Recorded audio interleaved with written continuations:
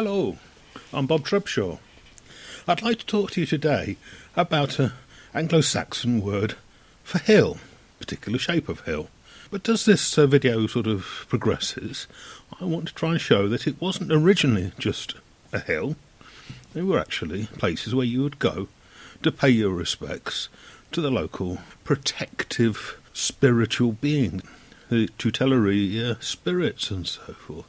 In a previous video, the one called How Anglo-Saxons Found Their Way, I explained that they had a number of different words for hills, and each was a different shape.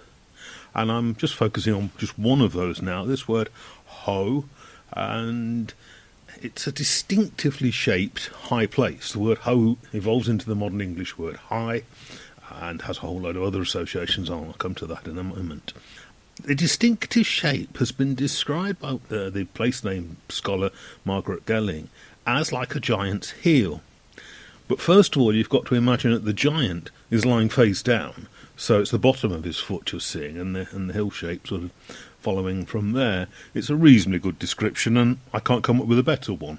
I think Margaret Gelling might have missed a trick here, because when you're looking at these hoes, when they survive fairly clearly in the landscape, and then they actually look rather like an Anglo-Saxon burial mound, which is a hollow. And yes, the two words do get confused. This is Anglo-Saxon burial mound in Taplow, and it is actually the low of somebody called Tapper, who had an awful lot of rather good grave goods associated with him. So just possibly these hoes might have been thought of as the burial place of giants. I have no evidence for that, and it almost works the other way. Perhaps the Anglo-Saxons didn't think of dead giants. They always assumed giants were alive and, well, by implication, lived forever. I try and make a point of visiting some of these distinctive place names, and one of the joys of visiting hoes is that you're going to spend a lot of time at the seaside. At least 5 quite prominent examples are on the coast: Lancing Hoe in Sussex, Hoe St Werburgh on North Kent coast, Hooton and Thornton Hoe both on the Wirral but not the same place, so two different examples, a Mort Hoe, a Trentis Hoe, and probably the most famous, Plymouth Hoe, all in Devon. And it seems at some point the idea of having hoe on the coast was behind coining more recent names. Westwood Hoe, which we know was formed shortly after 1855, and then when there was an awful lot of muck and soil left over from constructing the Channel Tunnel, that pile of earth was a competition to give it a name, and the winner was Samphire Hoe. There's another example which seems to be a hoe place name, which is Sutton Hoo, the burial place of Anglo-Saxon king, presumably. But this is probably a corruption of the word how, which is the Anglo-Saxon word for burial mounds. And not only are hoes on the boundary between the land and the sea, they also commonly occur on county boundaries. Ain Hoe, Oxfordshire, Northamptonshire; Ties Hoe, Oxfordshire, Warwickshire; Luton Hoe, Bedfordshire, Hertfordshire; and Iving Hoe Beacon and Buckland Hoe, and Hastow, all on various parts of the Buckinghamshire, Hertfordshire boundary. We even get 2 hoes close to the same tri-point of Bedfordshire, Hertfordshire and Buckinghamshire. If you go down to the Suffolk-Essex border, you'll find Wicks Hoe. On the Warwickshire-Northamptonshire border is Flecknoe, and between Nottinghamshire and Leicestershire is a village now known as Wisel, but in a few moments I'll explain that that is quite bad corruption of Weo Hoe, so the hoe with a shrine. This is a photograph of Tysoe Hill on the Oxfordshire-Warwickshire borders. The construction here is from Tew, so this is the hoe of the god Tew, who comes down to us fairly clearly as Tuesday, and by a slightly longer route as Tesco's. Another shot of distinctive hill shape. I'm not quite sure which of these mounds is really considered as the hoe. I'm assuming it's the middle one. This is Iving Hoe Beacon. So the early forms of Wisel are in the Domesday Book of 1086, which is a bit of an outlier. Wesock doesn't seem to be the way it's written down, certainly by the 12th century, and I think we can reasonably conclude that the early forms were Weoh Ho. It doesn't look all that dramatically situated. It is a parish church on a mound, very clearly. But the land falls away quite sharply to the west, beyond the tower, down to a watercourse, Kingston Brook, which is the county boundary. But unfortunately, there's a lot of vegetation and so forth, so not possible to get a dramatic photograph of looking up from the lowest point of the nearby ground. There are also at least two names which actually tell us that the Hoes are on a boundary. On Nottinghamshire Leicestershire boundary, at the side of the Foss Way, the A46, is Roho Wood. A gentleman called Bowl Jepson, as part of his PhD thesis on place name elements relating to boundaries, was a little undecided about the origins of this. The 1086 form is Rolo, and did suggest that it perhaps contains the Scandinavian word ru or ra, so the name would then mean the boundary hoe. Here's a photograph of Roho Wood looking from the southwest. It's smaller than it used to be. Here's the Ordnance Survey for 1899. You can see the Foss Way running north-south. Running across that is the Nottingham to Melton Road, parallel to the Nottingham to Melton Railway, of course. And clearly the fields in the middle of that triangle have been relatively recently cleared. The woodland would have occupied the whole of that triangle and probably extended to beyond that as well. And the modern map shows what happened after the A46 was duelled, well, 10 years ago. Clearly more of Roho Wood has been nibbled away at. But up in Swaledale, we have what's now Sharrow Hill, but was originally a Cerro Hill. Again, Old English word meaning boundary, hoe. On the Leicestershire-Lincolnshire border, there is a wapentake, or 100, called Winnibriggs and Threo Wapentake. Clearly, two separate wapentakes are combined by 1086. Winnibriggs unpacks as the bridges at a wide meadow. We know the moot site. There used to be a stone there until certainly the start of the 20th century. Threo, well, it almost certainly has to be three hoes. I identified the view as you approach the county boundary from the western side. So this is a photograph looking east, and the moot site for the combined wapentake is almost certainly at Barrowby. To the north of there is another hill which doesn't have a settlement on it, just a farm, now known as Rectory Farm, and then to the north of that is a very pronounced hill with the church and original village of Great Gonnerby. And although this photograph doesn't make them look too dramatic, actually it is quite a substantial ridge, and it does kind of dominate this low-lying land to the west. I'm not quite in Leicestershire at the point where I stood to take this photograph, but the county boundary is not very far behind me.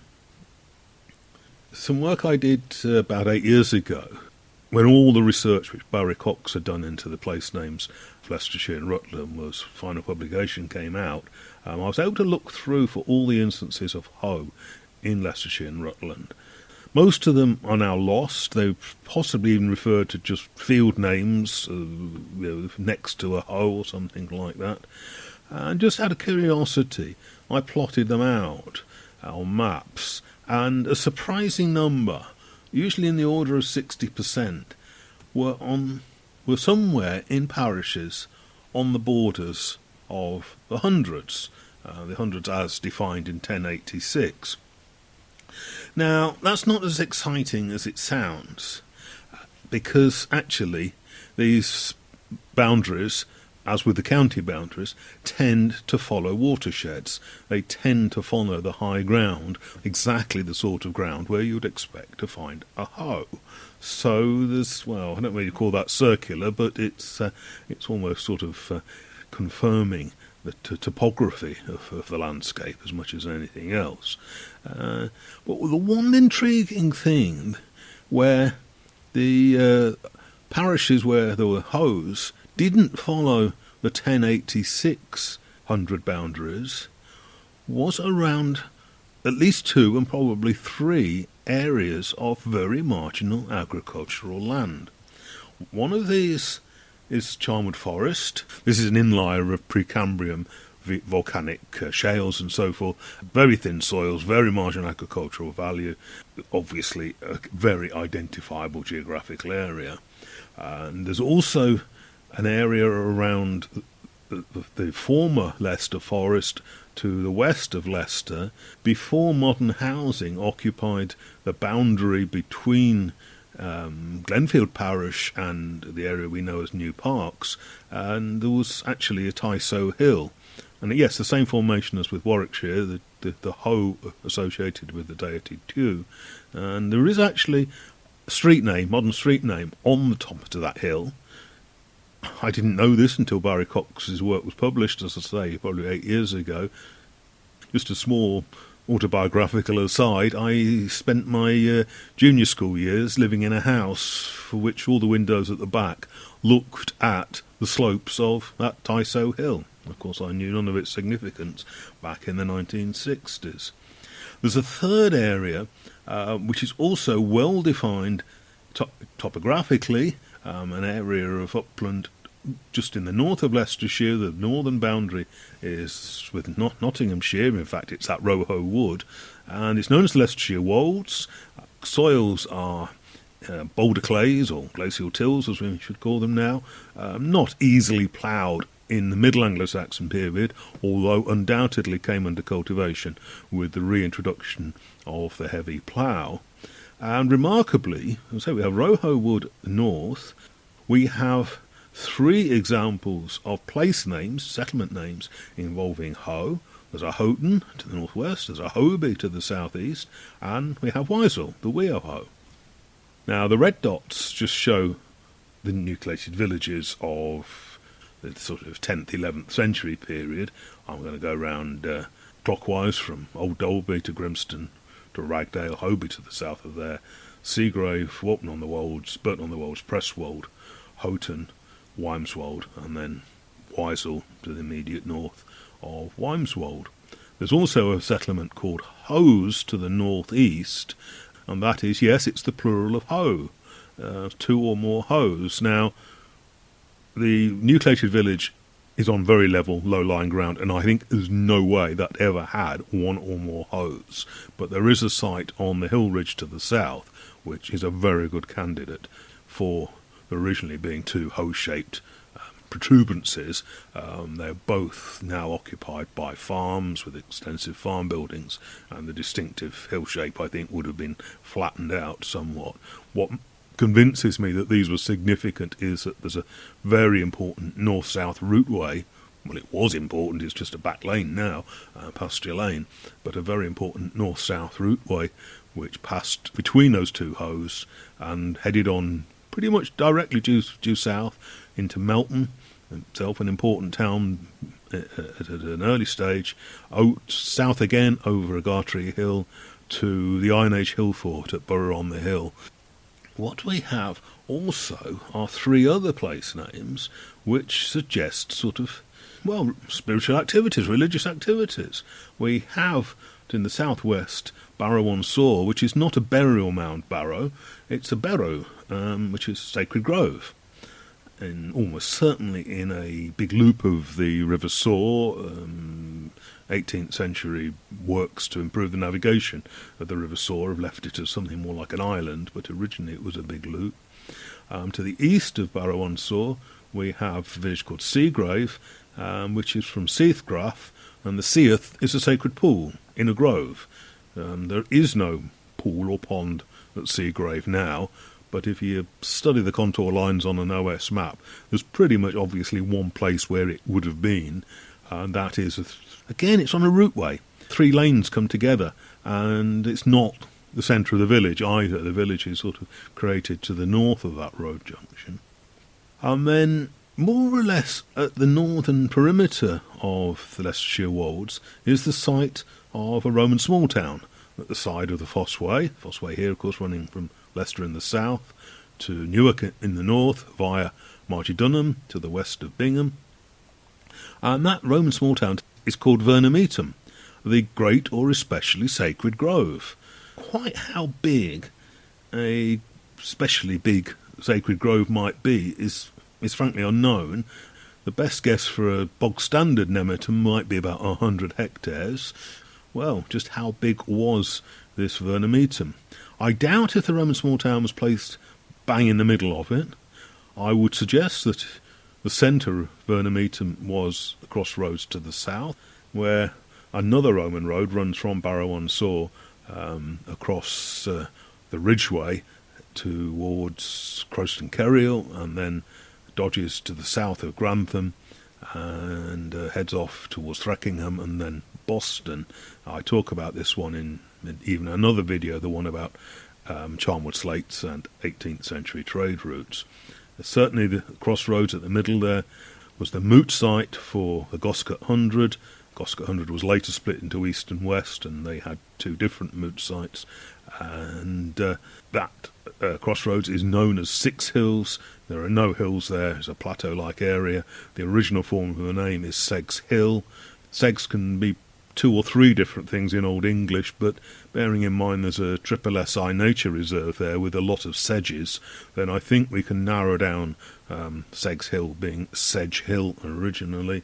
So what we're looking at here are the modern parishes, forming something like slices of a pie. A historian called Harold Fox, somewhere about 1980, argued that this could only happen if the Leicestershire wolds were originally one unit of land and only split up quite late. I accept that fully. I think possibly, I certainly can't prove it, is that the whole of those 8 parishes, clearly there's been a bit of nibbling away on the eastern side, and clearly there's been an extra protrusion to the western side, but we can explain both of those. But maybe the whole of these 8 parishes was once the vernemetum. Very, very large area, probably about 12-15 square miles. Well, who knows? I mean, you could have a whole herd of sacred cattle, perhaps even one of the last herds of the really large wild aurochs were roaming around, at least in the Iron Age period. I doubt if they survived into the Roman period.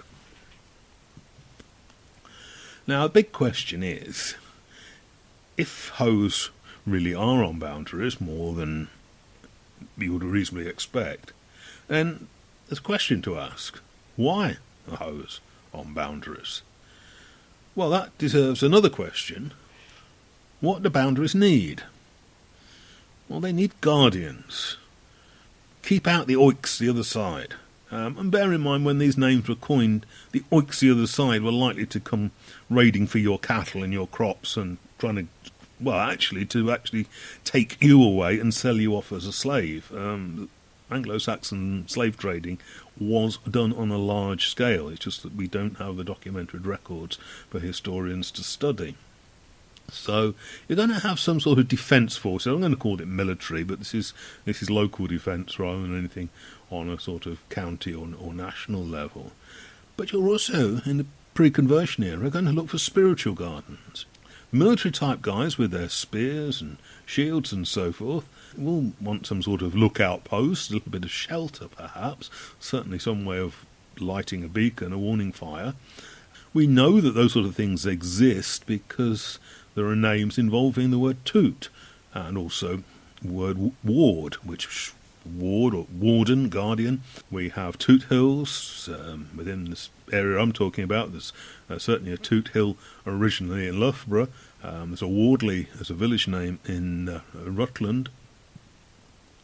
And those little lookout posts will almost certainly have had a shrine to some sort of protective deity. Of course they would. You were 2 or 3, 4, 5 guys stuck out on a lookout post, and if the oiks from somewhere else wanted to come cattle raiding, their objective was to kill you before you could issue a warning. You wanted all the help you could get, and you would look to tutelary deities. And we actually have the name of the most famous one in Iron Age and Romano-British culture. Here we are. If you read your Asterix the Gaul, you know who we're talking about. Totatis. Historians and archaeologists have picked up references to Totatis in the sort of part of Roman Gaul that's around the Danube and the Rhine. is also encountered in British Isles, but mostly around Lincolnshire. Totatis actually means tribal protector, comes from the Latin tutelarius, and which gives us the words for protection and tutor. And if you think a tutor is now that somebody educates you, well, that was always a secondary role. Your tutor was originally there to protect you. Archaeologist called Adam Daubney was at one time the Portable Antiquities Scheme officer for Lincolnshire, and was coming across a lot of mostly silver rings created in the Romano-British era with the word tot inscribed in them. And undoubtedly this is dedication to Totatis.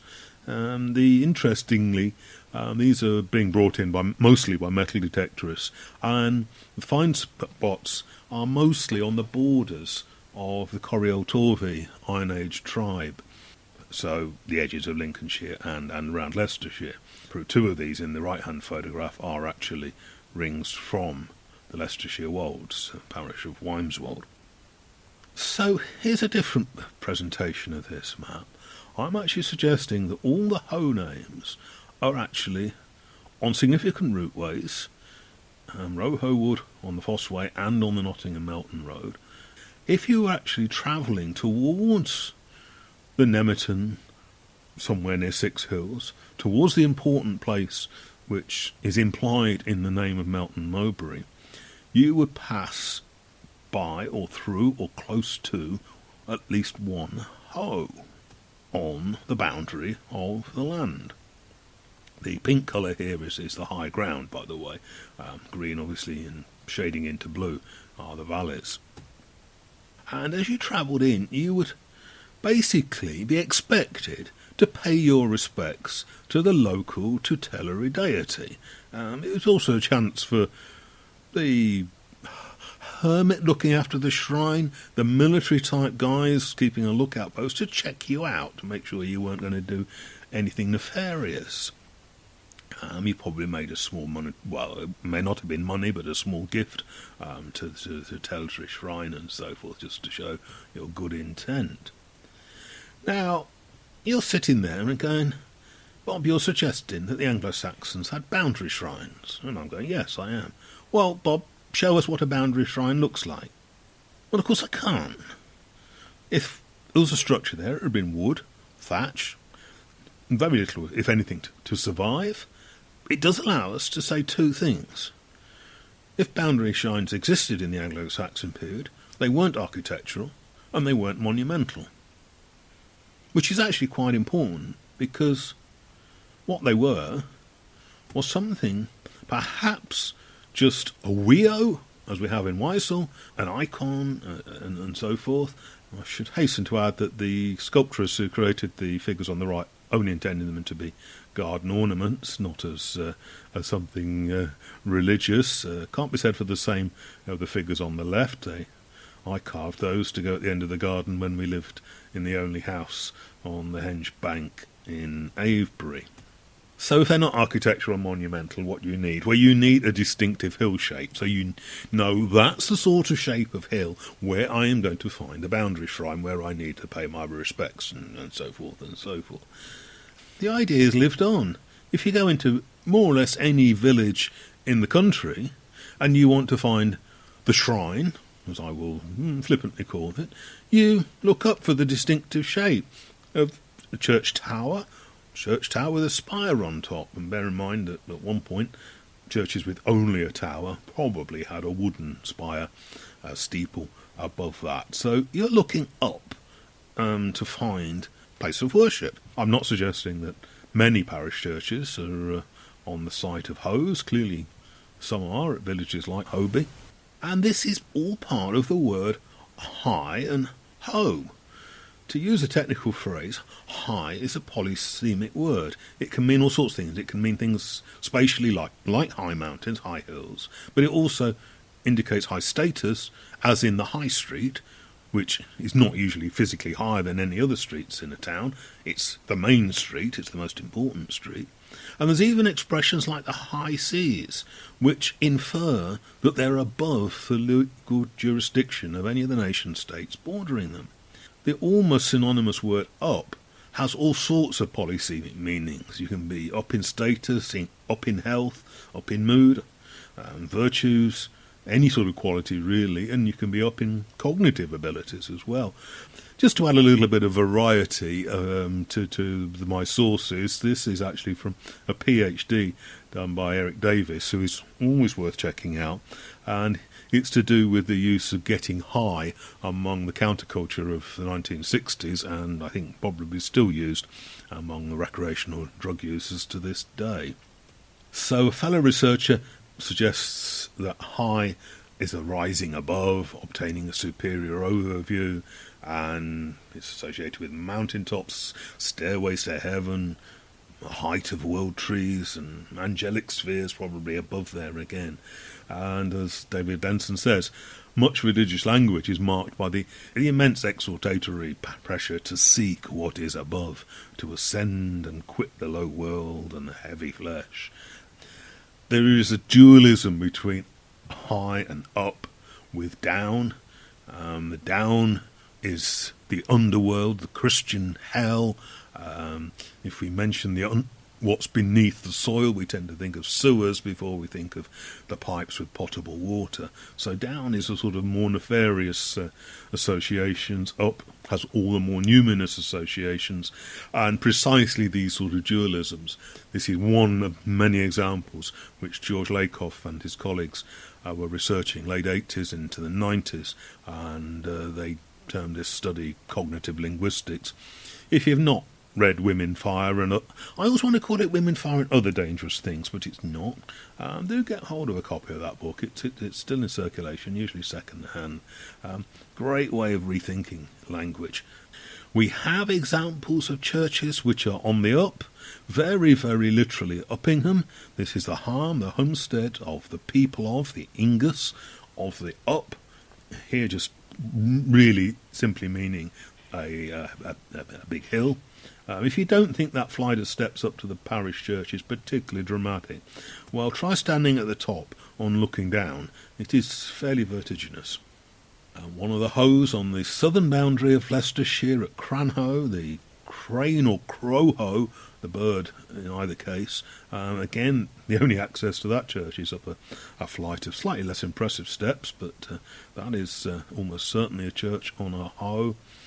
Houghton Church on the Leicestershire Wolds is, it's very difficult to photograph looking uphill because there's just too much vegetation, but if you look at that white car on the left and compare it to the bus just a few yards further on, there's clearly quite a bit of a drop, and the road continues to descend for quite 100 yards further before it reaches the watercourse, which is the county boundary. It's the Kingston Brook. Hobie, again, more because of buildings than vegetation, is difficult to get a photograph showing how dramatically the church there is situated on what must have been originally the Hoe. Now, words in Old English shift meaning, and they do in later periods as well. The classic example I tend to use is the Old English word mund. It was originally an adjective meaning protection. So if you had a burial and you wanted to protect the burial and the grave goods from thieves or from animals that might dig up the human remains, you put a pile of earth over it. And so the pile of earth was protective. But that pile of earth becomes known as, by the noun, mound. And obviously in modern English, so we have burial mounds that protect the burial, but we think of it as a pile of earth rather than as the adjective protection. This is again the burial mound at Flow of a guy called Tapper in Taplow, Buckinghamshire. So what I'm winding up to say is that whilst in later usage Hoe denotes a specific shape of hill, and this is Margaret Gelling's work, and I have no objections to that. But what I'm suggesting is before the conversion era, so before the late 6th century, in the religious practices of the time, hoes marked something that I'm calling a boundary shrine. I will also add that the fact that significance of high places was retained, but by and large they were no longer called hoes, they were called churches. That's just a whole new shift of construction of shrines which are architectural and which are monumental, which came in the 11th century.